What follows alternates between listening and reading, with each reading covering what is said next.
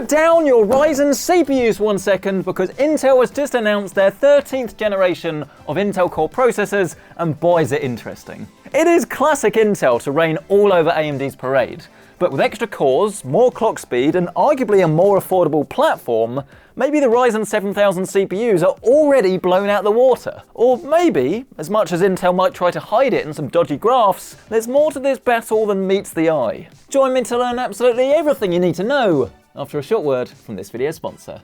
Corsair's DDR5 is here for your next generation PC. With Intel XMP and AMD Expo kits available, no matter your platform, Corsair has you covered. You can now even get Vengeance DDR5 in RGB flavour to make your PC look even brighter. Get yours today with the link down below. So yes, put your wallets down, Team Blue has arrived. 2022 will see the launch of 3 top-end chips, the new i5, i7 and i9. Codenamed Raptor Lake, these new chips will have an improved Intel 7 architecture, with increased clock speeds, cache and physical cores, along with support for native DDR5 memory at 5600 MHz. The net result, as you'd expect, is more performance, with up to 15% better single-threaded and 41% better multi-threaded. This always sounds a little bit technical if you're not an avid CPU enthusiast, so in plain English, better single-threaded performance is great for video games, as it usually translates into better gaming performance when paired with a top-end graphics card, whereas in multi-threaded applications, so creative apps usually, something like Cinebench, maybe some DaVinci Resolve, video editing stuff. Having more cores, more threads is better, so better multi-threaded performance will help you in those apps. Intel is citing up to 24% gen-on-gen gaming performance at the top end, but the good news is that we should see gains all down the stack. We can break it down for you though, so let's start with a headline-grabbing 13900K. This uses the same socket as the previous generation, so you can use an older motherboard with a BIOS update. We see an increase in core count, up 8 cores for a mind-bending total of 24. 24 cores in a gaming CPU. It is worth noting, however, that this CPU is still a hybrid. Only 8 of them are the larger performance cores, the other 16 are the lower powered, more efficient cores that are dubbed efficiency cores. Clock speeds see a huge increase in the i9 this time, with an extra 600 MHz to the maximum boost, bringing a 13900K up to a mighty 5.8 GHz boost, conveniently 0.1 GHz higher than AMD's 7950X. Coincidence? I think not. We do have some early performance numbers versus AMD's older generation CPUs, and you'll see 58% faster FPS numbers in Spider-Man at 1080p, with big gains across the board really. If you're upgrading from a 5950X, you'll be very pleased. But here's the thing, these numbers are actually pretty useless right now, because the elephant in the room that's just launched was literally not in the room. Ryzen 7000 was not mentioned, so how will it compare against those? Well, only time will tell. Get subscribed to PC Centric so don't miss it.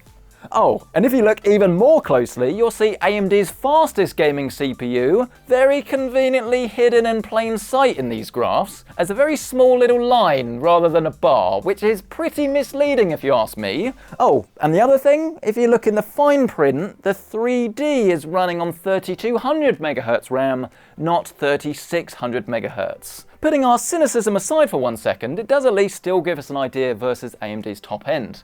And the story is that you're probably going to be trading blows with AMD depending on the game. Intel will likely be faster in a fair few titles, AMD on the others, but then Intel has a few more efficiency cores baked right into that chip that could prove very useful.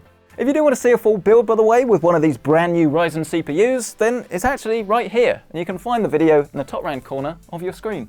Moving on though, and the i9 will always grab the headlines for the best-in-class Intel gaming. But as we know, the smart money is always on the i7 and the i5s, and here the performance increases continue. The i7 13700K packs a 5.4 GHz boost clock on 8 performance cores, but this time you're rocking 8 efficiency cores for a total of 16. The i5 13600K meanwhile rocks a 5.1 GHz boost on 6 performance cores, but now with 8 efficiency for a total of 14 cores. Really not too shabby for the more wallet-friendly option. And something big to bear in mind in all of this is Intel also has a little trick up their sleeve, some DDR4 memory, because if you go for AM5, you're locked in for going for DDR5 memory, which is faster and better, but it doesn't really impact gaming at the moment, and it's way more expensive. So having a cheaper platform that needs cheaper memory could actually mean your net gaming performance for the same amount of money is actually a lot higher. Intel has also improved their software-based overclocking capabilities, with one-button overclocks available and per-core adjustment baked right in. As for motherboards, well, we did see new boards announced in the Z760 flavour, but the only changes mentioned were extra bandwidth for PCI Generation 4 slots and more USB 3.2, so nothing exciting for gamers. Interestingly though, they do state backwards and forwards compatibility on these new boards. So does this mean that the next generation of Intel CPUs will actually be supported on the same socket? This isn't something they usually do, but this could be very exciting. It could be another reason to buy Intel. The Achilles heel for Intel has usually been with its power draw, and while it doesn't look quite so bad this time, it is still a concern. 253 watts for the 13900K to get 41% multi-threaded performance gains. Oof. But, and this is a big but, if you do decide to use one of the lower power modes, you can actually get 12900K performance at just 65 watts.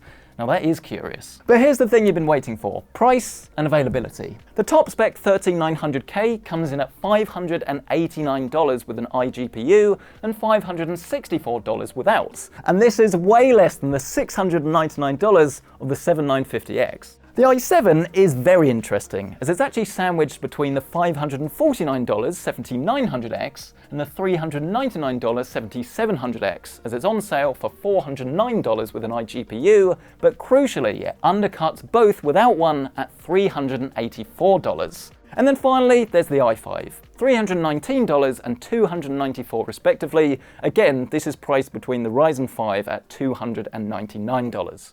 So here's the situation. At the high end, I think it is going to be very close, but with the new Intel CPU undercutting the top-end Ryzen, plus arguably cheaper motherboards, although we have to wait and see until we get exact pricing for both, it is going to be close. At the lower end though, ouch. You can buy a Ryzen 6-core 7600X for $299, and you have to pay for a new motherboard and DDR5 memory. Or you can grab the new 13600K, buy a probably cheaper motherboard, DDR4 memory, and still have 8 more cores, albeit efficiency cores. That definitely has the potential to be a bit of a tough sell. They're going to be launching really soon as well, October the 20th to be exact, though the i3 and the non-K SKUs will be coming a little bit later. I think it's fair to assume that we are going to see some strong price drops over the coming months. Once all of the dust has settled, we can see all the benchmarks, we know where everything is, there is going to be a lot of competition between these two. Is AMD going to be on top? Will it justify the extra price? Or is Intel going to have better performance for less? We just need to know how the i5 and i7 performs to properly get our answer. So then, where does all of this leave us? Well, I think in a very clear place, which is please don't buy anything just yet. Things are about to kick off, but until we know what's best, we don't know what's best. I'll tell you what's best, the doorbell going mid-video is never great. We do know that a DDR4 motherboard is going to be the smart choice for all but the ultra high end. So AMD's 5800X 3D or a 13th generation i5 or i7 is going to be the best value option for something like an RTX 4080. But with DDR5 prices likely to come down, games getting more and more demanding, and GPU horsepower set to rise a lot this year, maybe we are going to see DDR5 become a real factor at play. I think this AMD launch is definitely going to be a bit of a slow burner, as it's bringing loads of new features that aren't really required for gaming at the moment, but you're paying for them along with the price of these quite expensive chips. Whereas Intel's come along with something that's already a little bit more established and some lower prices, and they're looking to be maybe a little bit more disruptive than they usually are this year. But as I say, don't buy anything yet. You've not got too long to wait for the benchmarks, and then you can make an informed buying decision. But if you're going to be upgrading your PC, then at the moment, Intel is looking like a good option if you want to save the maximum amount of money, as long as you're not rocking DDR3 memory. If you're not already, make sure you get yourself subscribed so you don't miss the influx of videos on pretty much everything coming. It's going to be ridiculous this year. New GPUs, new CPUs, comparisons, what's best, what you should buy, some cool builds. There's going to be so much stuff. But please let me know your thoughts on these new CPUs. Which one are you going to go for, or do you not need a new CPU? Is it all about graphics, or are you fine with the PC you've got now? You don't need any more FPS. I'd love to hear from you. And of course, as always, if you do want to check out current pricing on anything in this video, including this lovely rig that has been sat beside me this whole time, you can find everything linked down below. And while you're down there, why not check out Corsair's DDR5? With Vengeance RGB and Dominator kits available, there is truly something available for everyone. Corsair stock both with Intel XMP and AMD Expo, so with DDR5 you can get faster speeds, lower latencies and even higher capacities. Get yours today with the link down below. Smash the like button if you've enjoyed this video. I'll catch you in the next one.